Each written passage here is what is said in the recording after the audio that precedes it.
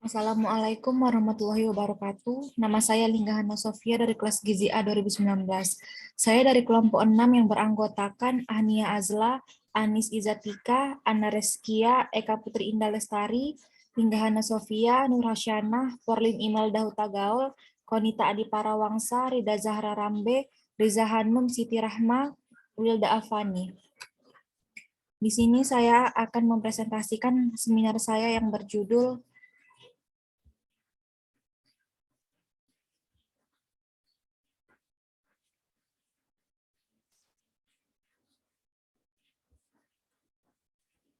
Apakah di layar sudah kelihatan?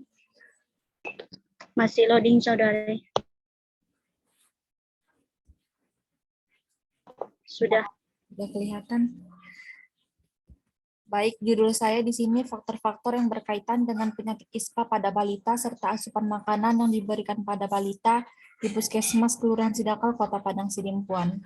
Untuk yang pertama daftar isi yaitu ada pendahuluan, bab 2 kajian pustaka, kerangka berpikir hipotesis penelitian, yang ketiga ada metodologi penelitian. Untuk yang pertama latar belakang. Anak balita merupakan kelompok umur yang rawan gizi dan rawan terhadap penyakit. Anak balita harus mendapatkan perlindungan untuk mencegah terjadinya penyakit. Penyakit dapat mengakibatkan gangguan pertumbuhan dan perkembangan menjadi terganggu atau bahkan dapat menimbulkan kematian. Salah satu penyebabnya yaitu tingginya infeksi pada anak balita yang disebabkan oleh penyakit pneumonia. Infeksi saluran pernafasan akut diawali dengan panas disertai salah satu atau lebih gejala. Tenggorokan terasa sakit atau nyeri saat menelan, pilek, batuk kering atau berdahak. Yang kedua ada identifikasi masalah. Berdasarkan latar belakang yang ada, dapat diidentifikasikan masalah sebagai berikut. Yang pertama, para orang tua membawa balitanya setelah balita sudah mengalami ISPA. Mengabaikan hal-hal yang menyebabkan balita kambuh kembali ISPA-nya. Kurangnya edukasi mengenai konsumsi makanan yang sehat untuk balita yang mengidap ISPA. Untuk pembatasan masalah yaitu lebih difokuskan pada cara mensosialisasikan pentingnya menjaga kesehatan anak dari paparan polusi udara luar dan memberikan nutrisi yang baik agar tidak terjadi ISPA. Untuk perumusan masalah, berdasarkan penjelasan dari latar belakang, rumusan masalah dalam penelitian ini adalah apakah ada hubungan lingkungan fisik dan bahan pangan dengan kejadian ISPA pada balita di Puskesmas Sidakal, Kota Padang Sidimpuan. Tujuan penelitian yang pertama yaitu mengetahui hubungan antara kondisi lingkungan rumah dengan kejadian ISPA pada anak balita, mengetahui secara deskriptif tentang gambaran mutu terpadu balita sakit di Puskesmas Sidakal, Kota Padang Sidimpuan. Yang ketiga, menganalisis hubungan lingkungan fisik rumah dengan kejadian penyakit ISPA pada balita di Kecamatan Sidakal, Kota Padang Sidimpuan tahun 2022. Manfaatnya, untuk mengetahui apa saja faktor yang paling rendah, sedang, dan tinggi yang menyebabkan kejadian ISPA pada balita di Kota Padang Sidimpuan, serta bagaimana pemberian makanan yang dikonsumsi balita dari puskesmas dan orang tua. Yang kedua, bab kedua ada kajian pustaka, kerangka berpikir, dan hipotesis penelitian. Kajian teoritis, saluran pernapasan adalah organ mulai dari hidung hingga alveoli serta organ endeksananya seperti sinus, rongga telinga tengah pleura, ISPA secara anatomis mencakup saluran pernapasan bagian atas, saluran pernapasan bagian bawah atau termasuk jaringan paru-paru. Penelitian yang relevan. Jurnal 1, hasil penelitian berdasarkan judul hubungan antara kondisi lingkungan rumah dengan kejadian penyakit ISPA pada anak balita di wilayah kerja Puskesmas Sario, Kecamatan Sario, Kota Manado yang ditulis oleh William Winardi, Juju ML Umbo. Yang kedua ada jurnal yang berjudul Infeksi Saluran Pernapasan pada Balita di Wilayah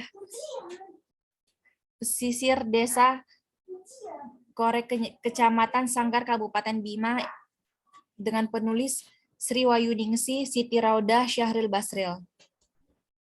Dan jurnal yang ketiga yang berjudul Hubungan Kebiasaan Merokok di Dalam Rumah dengan Kejadian ISPA pada anak umur 1-5 tahun di Puskesmas Sario, Kota Manado. Dengan penulis Salma Milo, A. Yudi Ismanto, Vanri Dekalo. Hasil hipotesis penelitian yang pertama H1. Faktor terjadinya kurangnya asupan makanan bergizi dan lingkungan sekitar yang menyebabkan terjadinya ISPA pada anak balita di Puskesmas Sidakal, Kota Padang Sidimpuan. Bab 3 yaitu metodologi penelitian. Tempat dan waktu penelitian, Puskesmas Sidakal, Kota Padang Sidimpuan. Waktu penelitian diperkirakan penelitian bulan Juni sampai bulan Juli 2022. Populasi dan sampel penelitian. Untuk populasi digunakan sebagai objek dalam penelitian ini adalah seluruh balita yang terkena ISPA di Kelurahan Sidakal, dan populasi penelitian ini sejumlah 100 balita dari 5 kelurahan. Untuk sampel, sebagian keluarga dengan anggota keluarga yang memiliki balita dengan ISPA di Kelurahan Sidakal, Kecamatan Padang Sidimpuan Selatan, dan Kota Padang Sidimpuan. Desain penelitian. Penelitian ini menggunakan jenis penelitian bersifat observasional, analitik, pendekatan cross-seksional. Penelitian dengan menggunakan studi cross-seksional di mana suatu rancangan penelitian observasional yang dilakukan untuk mengetahui variabel independen dengan variabel dependen. Definisi operasional. Untuk variabel ada status gizi dan ISPA. Instrumen penelitian dan teknik pengumpulan data. Instrumen penelitian dilakukan dengan cara pengukuran status gizi, status imunisasi, dan pemberian ASI eksklusif. Untuk teknik pengumpulan data ada persiapan dan pelaksanaan.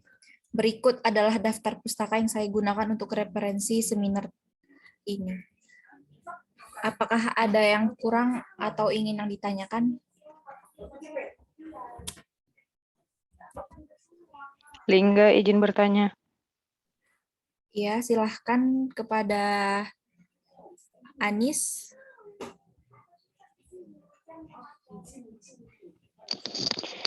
Mengapa Anda memilih penyakit ISPA yang berada di tempat penelitian Anda? Langsung dijawab atau nunggu pertanyaan selanjutnya? Terserah.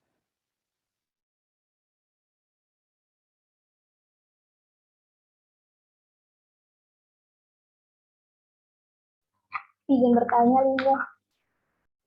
Iya, silahkan Konita.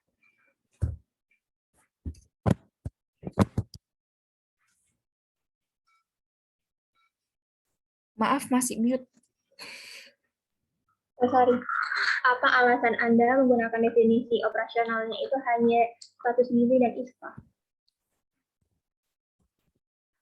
Untuk pertanyaan yang pertama, sebenarnya tidak hanya penyakit ISPA saja yang terkena pada balita di sekitar rumah saya, yaitu di Kota Padang Sidimpuan. Tetapi masih ada seperti busung lapar dan tidak terlalu mencolok karena tidak terlalu mencolok, makanya saya menggunakan ISPA. Karena ISPA lebih banyak persenannya daripada penyakit yang lain di sekitar rumah saya. Untuk jawaban Anis, apakah dapat diterima? Iya, Lingga. Baik, untuk pertanyaan dari Konita, karena untuk mengetahui definisi dari judul seminar saya, kita hanya perlu mengetahui bagaimana penyakit ISPA ini terjadi dan apa dasar status gizi mereka sehingga mereka terkena penyakit ini, terutama untuk pada balita. Bagaimana Konita? Apakah jawaban saya dapat diterima? Baik, Lingga bisa diterima. Baik, cukup sekian hasil dari presentasi seminar saya. Apabila ada yang kurang dan janggal, saya mohon maaf. Assalamualaikum warahmatullahi wabarakatuh. Selamat malam. Waalaikumsalam warahmatullahi wabarakatuh.